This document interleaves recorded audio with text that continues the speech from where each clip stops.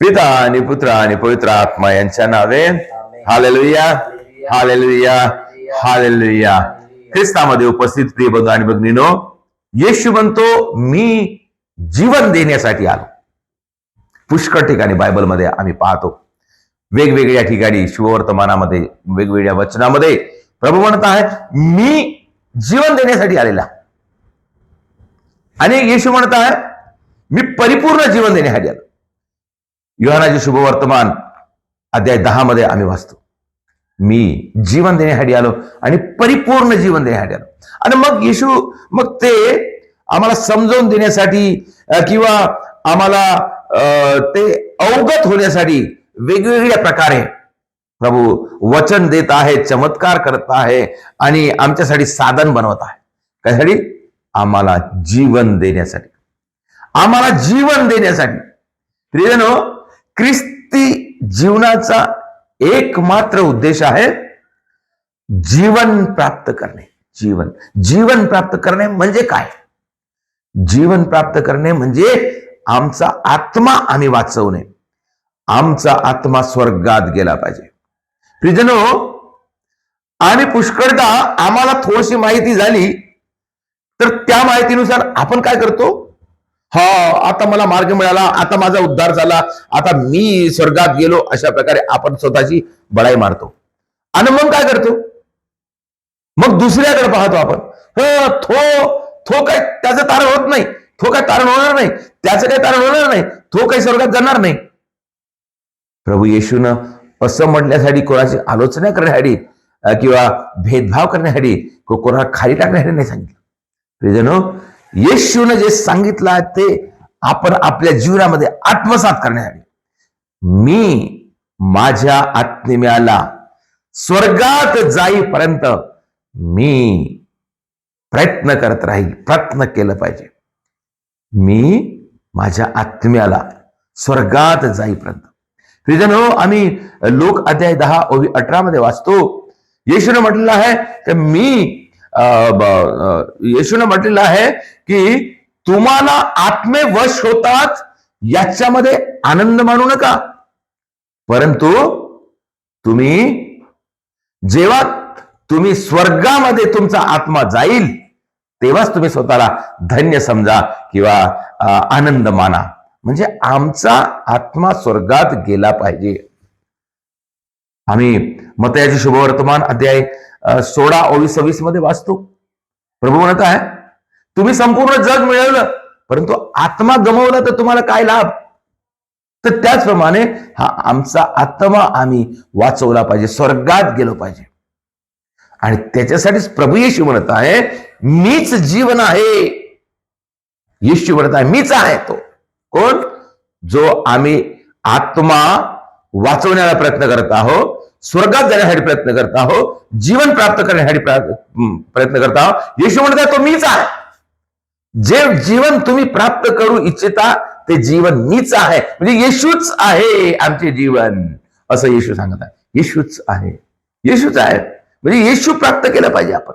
म्हणून येशूने काय म्हटलंय मग वेगवेगळ्या ठिकाणी काय म्हटलेलं आहे? आपण योहान अध्याय 6, योहानाचे शुभवर्तमान अध्याय 6 वचन 35 मध्ये आम्ही वाचतो, प्रभू येशू म्हणत आहे जो माझ्याकडे येतो त्याला भूक लागणार नाही. मी जीवनाची भाकर आहे, मीच जीवनाची भाकर आहे. जो माझ्याकडे येतो त्याला कधीही भूक लागणार नाही. येशू भाकर आहे. येशूला स्वीकार करणारा तृप्त होतो आणि जो माझ्यावर विश्वास ठेवतो त्याला कधी तहान लागणार नाही. त्याच्या जीवनामध्ये शांती राहील, हमेशा हमेशा शांती राहील. त्याला काहीही आवश्यकता त्याला भासणार नाही. त्याला असं वाटणार नाही की काहीतरी माझ्यामध्ये उणे आहे. आम्ही इकडे तिकडे धावपळ करतो कशासाठी? आम्हाला असं वाटते नेहमी की माझ्या जीवनामध्ये काहीतरी उणे आहे, मला ते मिळवायचं आहे, ते मिळवायचं आहे, ते मिळवायचं आहे.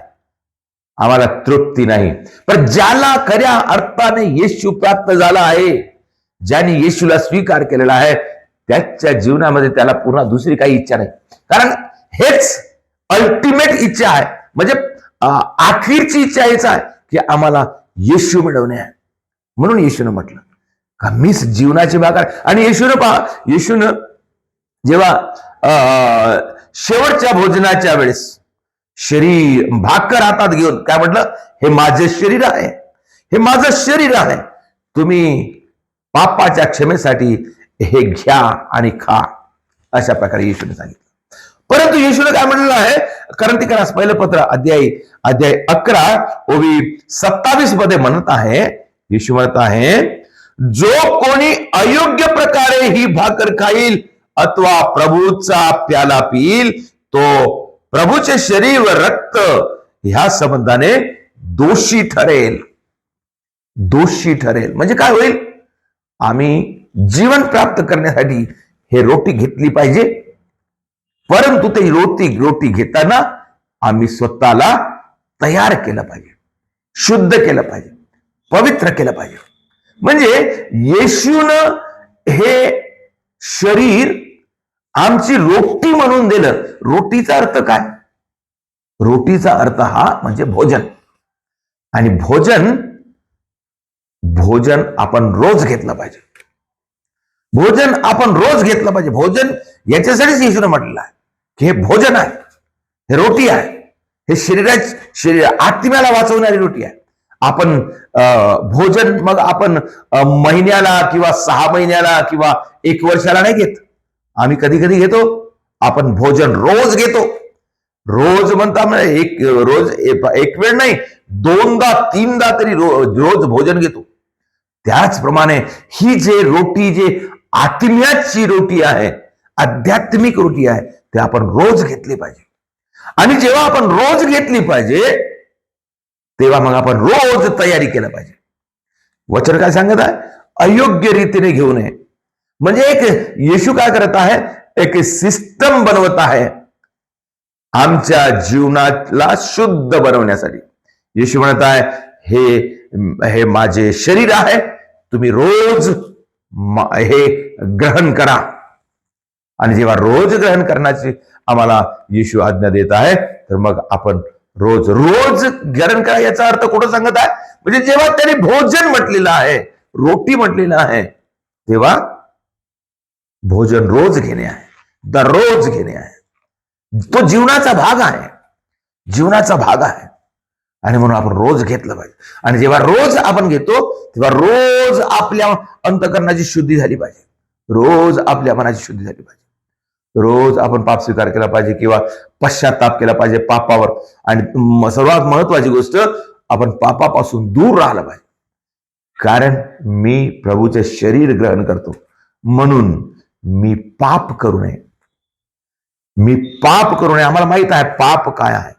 पाप आम्हाला नरकामध्ये नेते. आणि कसं पाप होते, 10 आज्ञा आपण पाहतो. 10 आज्ञा आम्ही व्यवहार करताना जेव्हा 10 आज्ञा मोडतो, दैनंदिन जीवनामध्ये प्रत्येक दिवशी आपण व्यवहार करताना आपल्या मित्रासह, आपल्या शेजाऱ्यासह, आपल्या कुटुंबामध्ये आमच्या मनामध्ये काय भावना आहे. पुष्कळ लोक जीवन जगत असताना मी येशूचा आहो ही भावना त्याच्यातून निघून गेलेली आहे. फक्त जेव्हा प्रार्थनेची वेळ येते तेव्हा दावत येऊन प्रार्थना करत बसतात तेवढेच. मग बाकीच्या वेळेस मग त्याच्यातून निघूनच गेलं का, मी ख्रिस्ती आहो, मला तयारी करायची आहे, मला उद्या पवित्र परंपरात घ्यायचं आहे, त्याच्यासाठी मी तयार राहिलो पाहिजे, मी पापापासून दूर राहिलो पाहिजे, कारण मी उद्या मला प्रभूला ग्रहण करणे आहे. कार्लो अक्विटिस अशा प्रकारे तयार करत होता. कार्लो अक्विटिस अशा प्रकारे तो आज पवित्र परंपरात घेतल्यापासून उद्याची पवित्र परंपरात घेतपर्यंत तो स्वतःला तयार करत होता. तो आठवण करून, मला प्रभूकडे जायचं आहे, माझ्या तोंडातून अपशब्द निघू नये, माझ्या मनाने वाईट विचार होऊ नये, मी रागावू नये, मी तिरस्कार करू नये, मी बळाई मारू नये, माझ्या मनामध्ये कपट पकडू नये, मी कोणाला तिरस्कार करू नये, अशा प्रकारे. आणि आम्हाला सुद्धा प्रिय बंधू आणि भगिनींनो, प्रभू आम्हाला ही संधी देत आहे. रोज रोज रोज रोज आपण स्वतःला तयारी केल्या पाहिजे. त्याच्यासाठी ते सांगत आहे, येशू म्हणत आहे, मी जीवनाची भाकर आहे, मी जीवनाची भाकर आहे म्हणजे भोजन आहे. आणि रोज ग्रहण केलं पाहिजे आणि रोज तयारी करून घेतलं पाहिजे. आणि तयारी करताना आपण स्वतःला शुद्ध ठेवणे आपला व्यवहार शुद्ध व्यवहार करणे. आणि म्हणूनच प्रभू येशूने आम्हाला हा शुद्धीकरणाचा संस्कार दिलेला आहे आणि त्याच्याद्वारे आम्हाला जीवन मिळते. आम्हाला माहित आहे येशूचे पुनरुत्थान झाल्यानंतर एम्माऊस गावाकडे 2 शिष्य जात होते आणि जाता जाता त्या 2 शिष्यामध्ये येशू येऊन मिळला. आणि ते शिष्य काय म्हणत होते? ते शिष्य येशू सोबत राहिले, परंतु ते काय म्हणत होते? ते असं म्हणत होते का जसं येशूला पाहिलेच नाही. आणि असं सांगत होते तो जिवंत झाला म्हणतात, असं सकाळी 2 बाया गेल्या, त्यांनी आम्हाला चक्कस केलं, अशा प्रकारे. मग येशू त्यांच्यासोबत अनोळखी रूपाने जाऊन येशू त्यांच्याशी बोलू लागला, विचारू लागला, काय झालं, काय तुम्ही बोलत आहात म्हणून. आणि असं बोलत बोलत येशू सुद्धा जात होता. आणि येशू सांगत होता, येशूने सांगून ठेवले नाही का की तो त्याला मारण्यात येईल, त्याला मारून टाकतील आणि त्याला क्रुसावर चढवतील आणि तो त्याला कबरेमध्ये ठेवतील आणि तो 3ऱ्या दिवशी जिवंत होईल. अशा प्रकारे येशू बोलत बोलत गेला.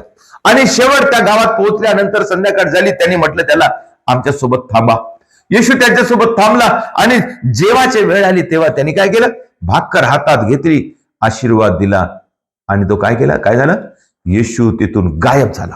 आशीर्वाद दिल्याबरोबर येशू गायब झाला. म्हणजे काय झालं? येशू त्या भाकरीमध्ये शिरला. पवित्र परमप्रसाद. आणि तेच आहे पवित्र परमप्रसाद. येशूने भाकरीला म्हटलं, हे माझं शरीर आहे. येशूने म्हटलं म्हणजे झालेलं आहे. आणि म्हणून जेव्हा पवित्र परमप्रसाद बनवण्यात येते, जेव्हा पूजा बलिदानामध्ये फादर जेव्हा आशीर्वाद देतो, तेव्हा त्याच्यामध्ये काय येते? येशू येते. एम्माऊस मध्ये काय झालं? येशूने भाकर हातात घेतली आणि त्याला आशीर्वाद दिला आणि येशू शरीर रूपाने गायब झाला. म्हणजे तो शरीर तो भाकरीमध्ये गेला. त्याचप्रमाणे जेव्हा इथं मिस्सा बलिदान चढवले जाते, तेव्हा त्या मिस्सा बलिदानामध्ये जेव्हा फादर जे पुरोहित जो प्रार्थना करतो, आशीर्वादित करतो, तेव्हा त्याच्यामध्ये येशू उपस्थित होते. आणि म्हणून ते शरीर आहे, येशूचे शरीर.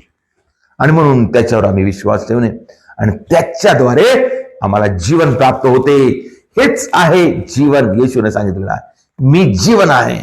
ते जीवन प्राप्त करण्यासाठी येशू बोलवत आहे. जो त्याच्यावर विश्वास होतो त्याला पूर्णपणे जीवन मिळते. प्रिय बंधू आणि भगिनींनो, येशू जीवन आहे आणि म्हणून तो आम्हाला जीवन देण्यासाठी आला. आणि ख्रिस्ती धर्माचा एकमात्र उद्देश आहे की आम्हाला जीवन मिळालं पाहिजे, आम्ही स्वर्गात गेलं पाहिजे, आमचा आत्मा वाचला पाहिजे. प्रियजनो, आपण स्वतःसाठी प्रयत्न करूया, दुसऱ्याचा आत्मा सुद्धा वाचण्यासाठी प्रयत्न करूया, प्रार्थना करूया, लोकाला संदेश देऊया आणि सर्व मिळून स्वर्गामध्ये जाण्यासाठी आपण प्रयत्न करूया.